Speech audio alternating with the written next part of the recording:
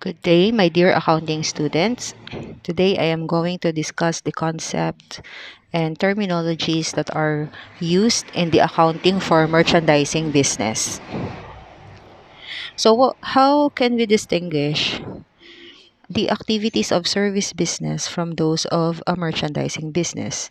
If you could recall, um, accounting fundamentals part 1 is focused on the service type of business. But here in your accounting fundamentals part 2, it will be focused on merchandising company. So let us first discuss what merchandising company is. So merchandising companies, they earn income by buying and selling products or merchandise. So, kung sa service business, ang product nila is their service, sa merchandising, their products are the merchandise that they buy and then they sell at a markup. Examples of this are this one, grocery. Okay? Grocery, kasama dyan yung mga merchandise na meats, vegetable, canned goods, and other items. And also gas station. Okay, their products are gasoline, oil, automobile parts. So, merchandising firms usually purchase their merchandise from wholesalers, manufacturers, and other suppliers, and then they sell that products with a markup. So, how does merchandising differ from a service company? So, accounting for merchandising business is more complex compared to service company. Okay, sa pag-ooperate na lang, mas madaling i-operate ang service company kasi wala silang kinikip na inventory. Unlike sa merchandising business, this business has to keep records of their merchandise. They should keep track of their available goods for sale and then record the sales and the cost of merchandise sold. Okay. Another difference is when it comes to accounting. So, gaya nga ng sinabi natin kanina, merchandising company ay mas complex compared to service company. So, here in this illustration, you can see pagdating sa pagko-compute ng income statement, sa service company napakadali lang. You just have to deduct the expenses from revenue and that would be the net income. But here, in merchandising business, um, you have to get first the revenue from sales and then deduct the cost of goods sold and then equals gross margin from sale. And then after that, you have to deduct the operating expenses and then you will get the net income. So dito sa illustration na ito, it looks like simple.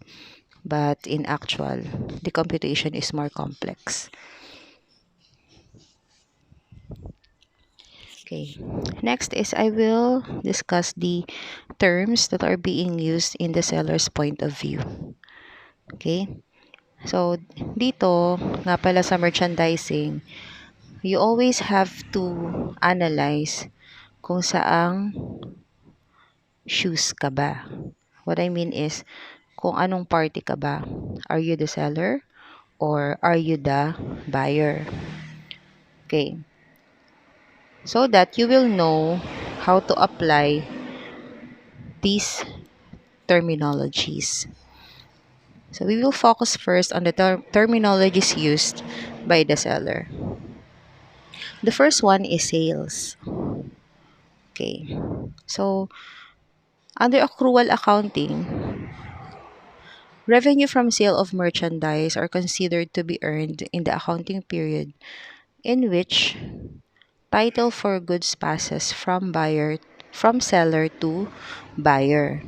So if you can recall sa accounting part 1 natin, revenues are recognized in a service type of business when it is earned or when services are already rendered to its customers. But here in merchandising, Revenues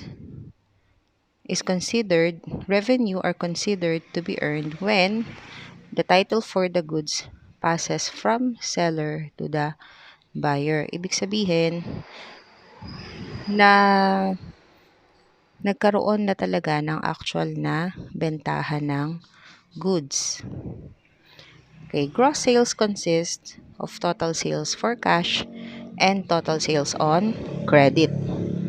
So alam naman natin na ah, sa bentahan hindi laging cash basis. So there are many cases wherein sales are on account or on credit. Okay. Another one is the invoice. So what is the invoice? It is a document prepared by the seller of the merchandise. Sa invoice, doon mo makikita the quantity of goods na nabenta, the unit price, and then the total amount. In the invoice, you will also see the credit terms, the freight terms na meron yung sale. Okay. So dito, there are two kinds of invoice. The first one is the sales invoice.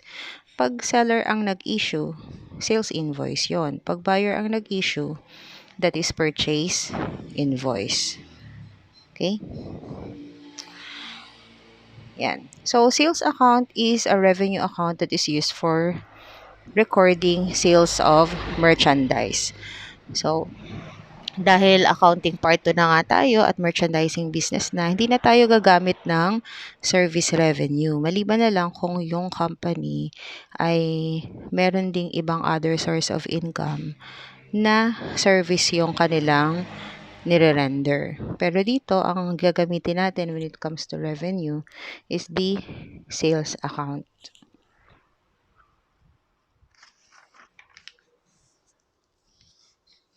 Okay. Next is the trade discount. A merchandiser offer their goods to customers using a catalog. When we say catalog, it is also called list price, wherein dun nakalist lahat ng items na binibenta nila with their corresponding prices. Tapos, dun sa catalog na yun or list price na yun, hindi pa yun yung pinaka-final price kasi pwedeng magkaroon ng tinatawag natin na trade discount. So, what is trade discount? It is a percentage reduction from a published list price. So, usually binibigay ito sa mga certain customers like dealers or wholesalers na bumibili frequently and in large quantities. Kaya sila binibigyan ng trade discount kasi nga malaki yung quantity na binibili nila tapos kumbaga sa term natin, suki na sila nung company. Okay, so trade discount is granted at the point of sale. Kaya immediately, itong discount na to, dinideduct na siya from the list price. And the difference will be called the invoice price. Okay? So, ang invoice price naman, this will be the basis for recording. So, take note, both the buyer and seller do not record list price and trade discounts in their book of accounts. So, kapag magre-record ng transaction, you will not base the amount on the list price. You should base the amount at or record the sales at invoice price. Okay. Another one is the sales returns and allowances. So, di ba there are times wherein merchandise bought or sold is defective. Okay? Sometimes poor quality and sometimes erroneous yung na-deliver. Mali yung na-deliver na merchandise sa buyer. And dahil dyan, anong gagawin ng buyer? The buyer will return the merchandise to the seller. Ang tawag doon ay sales return. Okay. Now, there are some cases wherein the customer is still willing to accept the goods despite of some defects. Tatanggapin nila provided na there will be a reduction in the invoice price. For example, kung ang original price nun is 10 pesos, pero dahil defective siya, bibigay na lang ng 8 pesos. Yan. So, kaya yung customer, minsan, tinatanggap na rin nila. Kasi minsan naman, yung damage is acceptable. Ibig sabihin, pwede pa rin namang magamit. Yun nga lang, less nga lang yung quality. Ang tawag doon is, yan, we call that sales allowance. Okay, so magkaiba yung sales allowance at saka sales return. Pag sales return, hindi talaga tinanggap ng customer yung goods. Sinoli niya. Pag sales allowance, tinanggap niya, pero there is a reduction on the invoice price. Okay, so sales returns and allowances, yun na yung combination ng dalawang pinaliwanag ko kanina. So, this account is a contra-revenue account. So, binabawas ito sa sales. Kaya siya tinawag na contra-revenue account. So, the seller issues a document which is called credit memorandum. Kapag ka nagkaroon ng sales return and then sales allowances, mag-i-issue ang seller ng tinatawag natin na credit memorandum, which is the evidence of sales return. Ang ibig sabihin ng credit memorandum, ini-inform ng seller yung customer na yung kanyang account ay nabawasan, nagkaroon ng credit. Kasi 'di ba, kapag seller ka at yung buyer bumili sa iyo ng goods on account, i-record mo yun as accounts receivable. As we all know, accounts receivable is has a debit balance. So, kaya siya tinawag na credit memorandum kasi nga it is a deduction from the accounts receivable of the seller from the buyer. So, it is credit kasi nga deduction siya from accounts receivable. Okay. Next, sales discount. Bakit ba nagbibigay ng sales discount? Kanina sa trade discount, binibigay siya dun sa mga customers that frequently buy at a large quantity. So, ang sales discount naman, it is given to encourage customers to pay their accounts promptly. Anong ibig sabihin nito? It is an incentive for those customers na magbabayad ng kanilang utang on time or earlier. Okay, so that's the reason why cash discount is given. And there are common examples of cash discount terms. So ito yung mga makikita ninyo sa problem na sasagutan natin dito sa topic na to. Kaya you should be aware, you should know, you should understand what these cash discount terms mean. Okay, the first one is the 210 and 30. So when we say 210 and 30,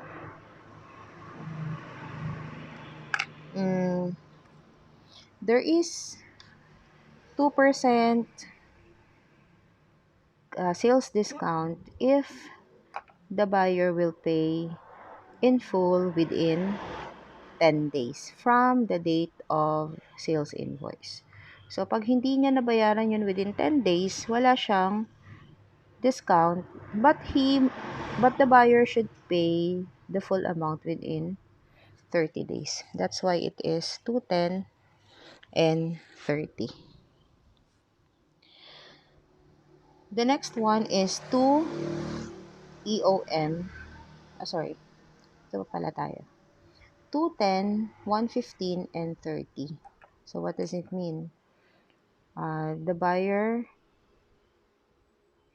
may deduct 2% from the amount due if he will be able to pay in full within 10 days from the date of sales invoice. Ngayon, paano kung hindi niya kayang bayaran within 10 days? So, kagandahan dito, meron pa siyang isa. Okay? He will still be entitled for a 1% cash discount provided that he will pay the full amount within 11 to 15 days. So, 11 to 15 days kasi nga, pag lumagpas na siya ng 10 days, so it will start from 11th day to 15 days na bayaran niya, may 1% discount pa rin siya. Ngayon, pag lumagpas na siya sa 15 days, okay, so 16 to 30 days, ang babayaran niya na is the full amount without any cash discount. Okay, the next one is 2 EOM and 60. Ano naman ibig sabihin nun? 2%, it means the 2% discount will be given to the buyer if he will be able to pay the amount in full at the end of the month. So, EOM stands for end of the month. Otherwise, if he will not be able to pay it at the end of the month, full payment is due within 60 days from the date of the invoice. Okay, next one, 210 EOM and 60. So, dito naman, the buyer is entitled to a 2% cash discount if he will be able to pay the full amount by the 10th day of the month following the date of sale. Otherwise, full payment is due 60 days from the date of the invoice. So, ang ibig sabihin nito, 210 EOM. So, di ba 2%?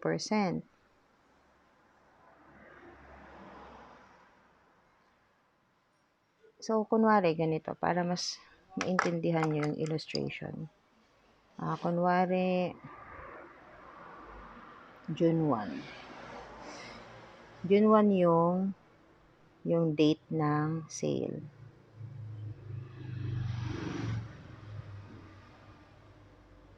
Okay, kailan ang EOM ng ang EOM ng June? So, ang EOM ng June ay June 30. That is the end of the month. So, magsisimula ka ng counting ng 10 days after June 30. Kaya nga, 10th day of the month following the date of the month. So, kailan yun? That would be July, until July 11. So, pag binayaran niya ng July 11 yan, meron pa rin siyang cash discount. Okay, gets nyo? So, you will start counting the number of days after the end of the month or the 10th day of the month following the date of the sale. So, yun ang ibig sabihin nun.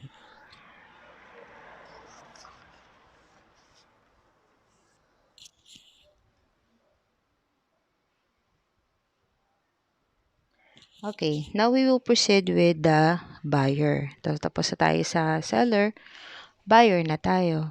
Ngayon, ito, kabaliktaran din lang siya nung mga in-explain ko kanina sa seller.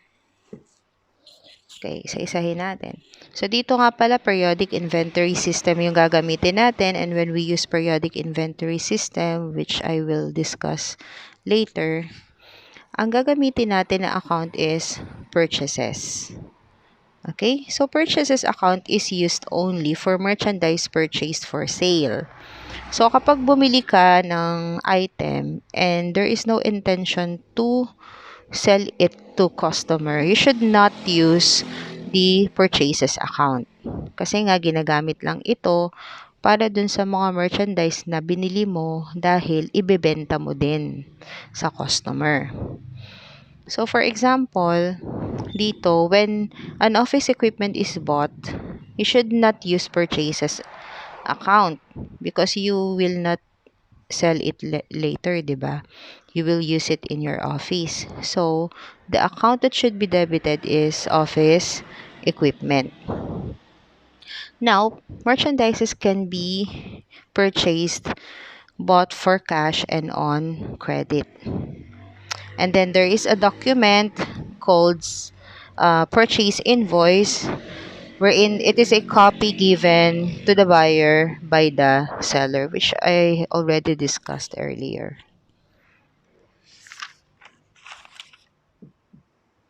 Okay, purchase returns and allowances. So, ganito din lang yun. Kung maalala ninyo yung sales returns and allowances, dun sa sales returns and allowances, kasi nandun tayo sa point of view ng seller. Here, we are at the point of view ng buyer. That's why it is called purchase returns and allowances. Kumbaga dito, tayo yung nagsoli ng merchandise because it is defective or it was erroneously delivered to us. So, kung kanina ang seller, nag-i-issue siya ng credit memorandum, here, ang buyer naman or purchaser naman, ang mag-i-issue ng tinatawag natin na debit memorandum. Okay.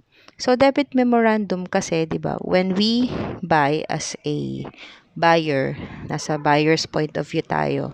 So, pag bumili tayo on account, magke-credit tayo ng accounts payable. Nagkaroon tayong utang di ba?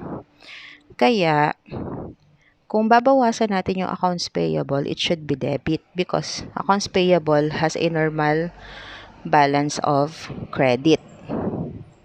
Okay, gets nyo? Kaya, ang tawag dito is debit memorandum kasi nga mababawasan yung utang ng buyer from the seller dahil nga nagsoli siya ng merchandise. Okay? So that's why it is called debit memorandum. The next one is the purchase discount.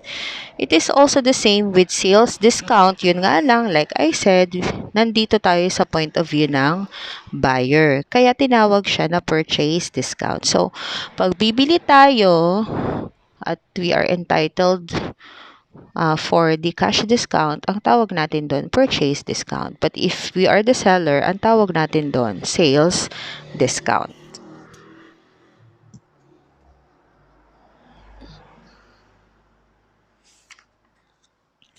Okay. Next is the transportation cost of merchandise purchased or sold. So there is a question. Sabi dyan, who is responsible for paying any freight cost of merchandise bought or sold?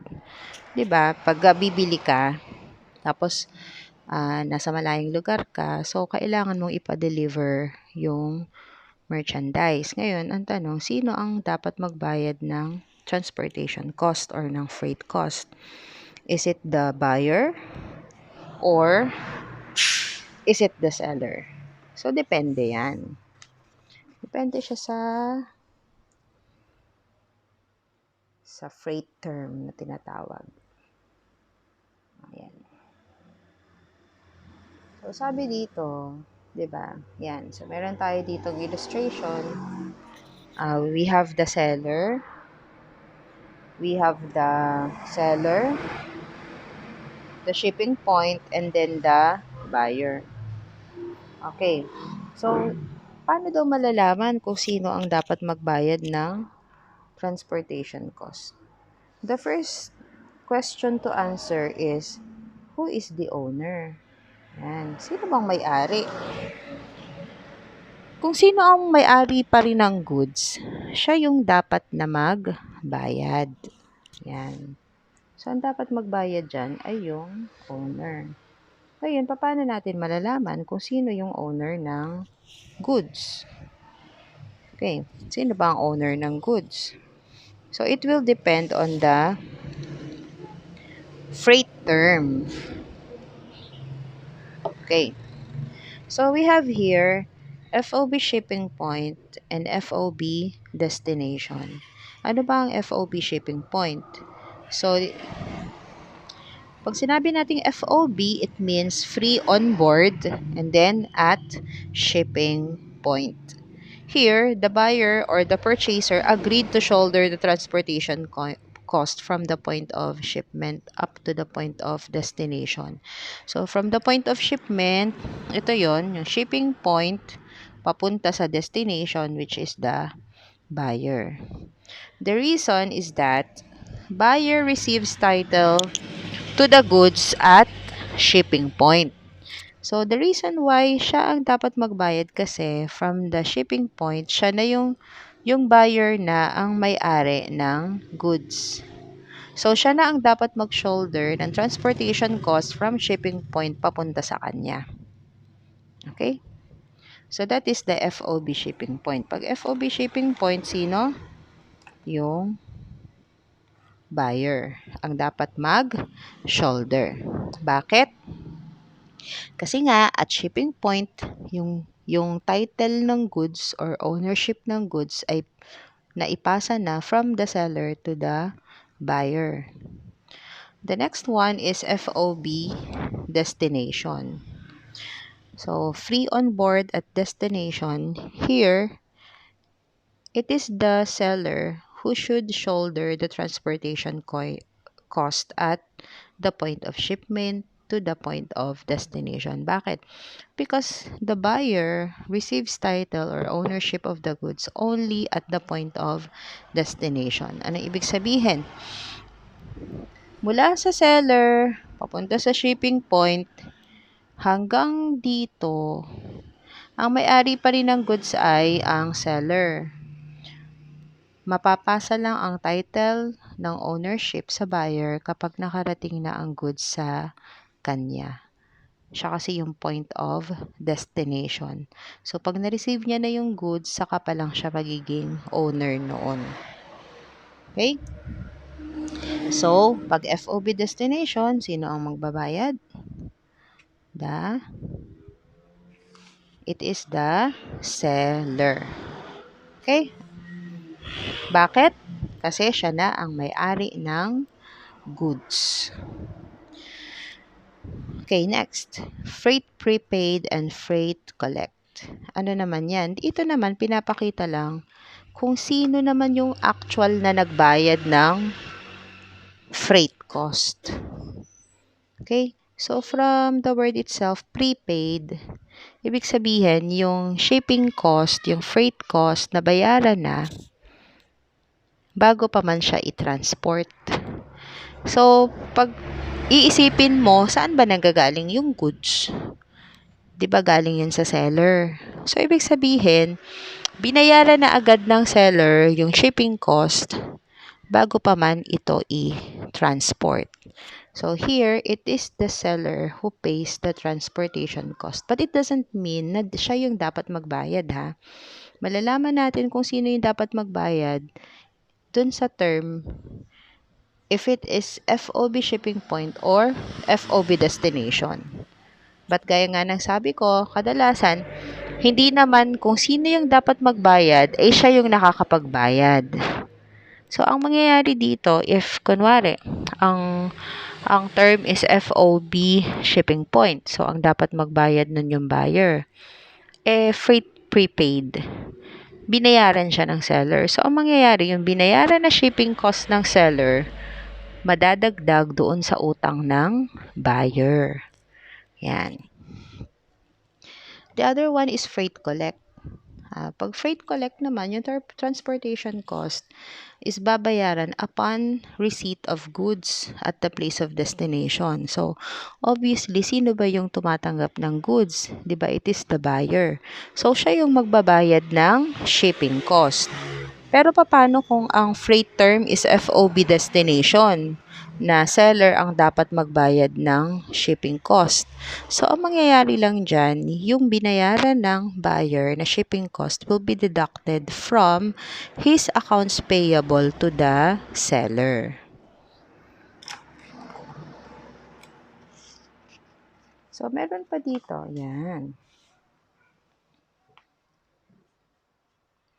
So, tingnan nga natin. Combination na siya. The first one, FOB shipping point freight collect. Ang kailangan nating sagutin na dalawang tanong dito is who should pay freight cost and the other one is who paid the freight cost. Okay. So, saan natin titingnan para masagot natin yung first question? Who should pay freight cost? Adi dito. FOB shipping point. So, who should pay the freight cost? Is it the buyer or is it the seller? Sino? It is the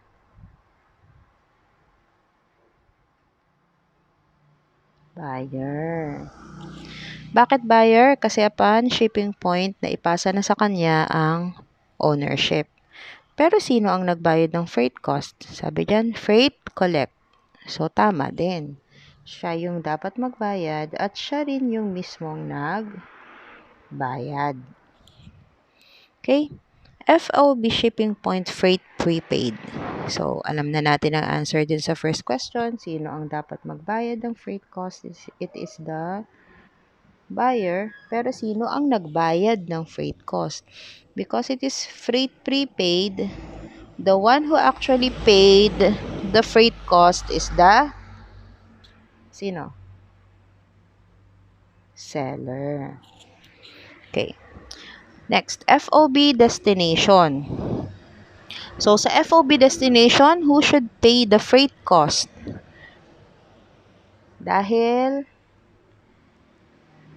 ang title ay mapapasa lang sa buyer upon receipt of the goods, seller ang dapat magbayad. But then, who actually paid the freight cost?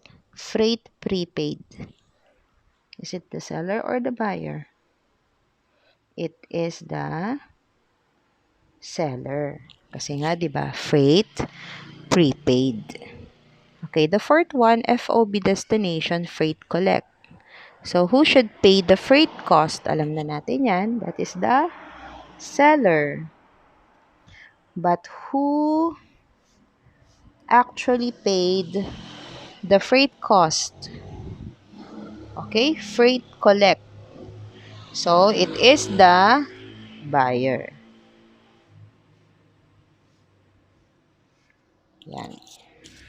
So, I will do a separate lecture on how to prepare journal entries on this particular scenarios. So, for now, ang i-discuss ko lang is kung sino yung dapat magbayad at kung sino yung nagbayad ng freight cost. Pero, pag-aaralan pa rin natin kung paano ba sila gagawa ng entry, actual journal entry. Ayan.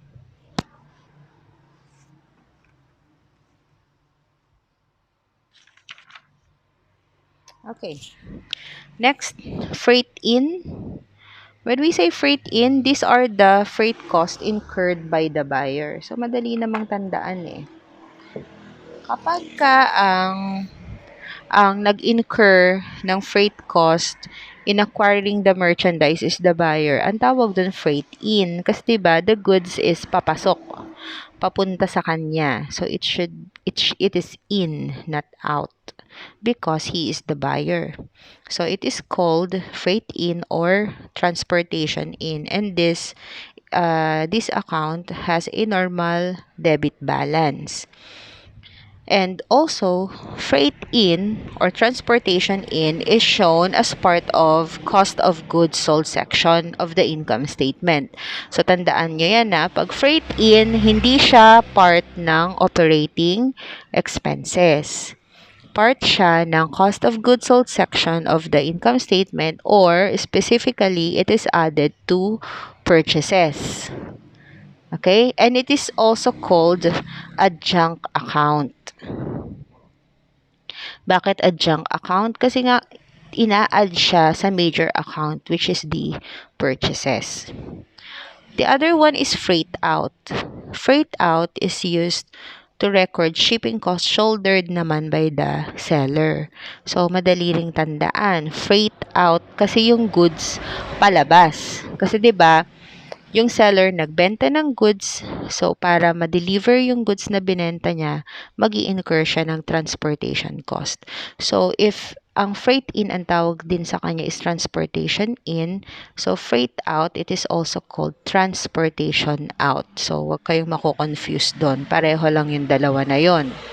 And then another term for it is also delivery expense, which is shown in the selling expense. And selling expense is part of operating expenses. So yun yung tatandaan ninyo ha. Pag freight out, it is part of the operating expenses section of the income statement, specifically selling expense. Pero pag freight in, it is part of the cost of goods sold section of the income statement, specifically added to purchases.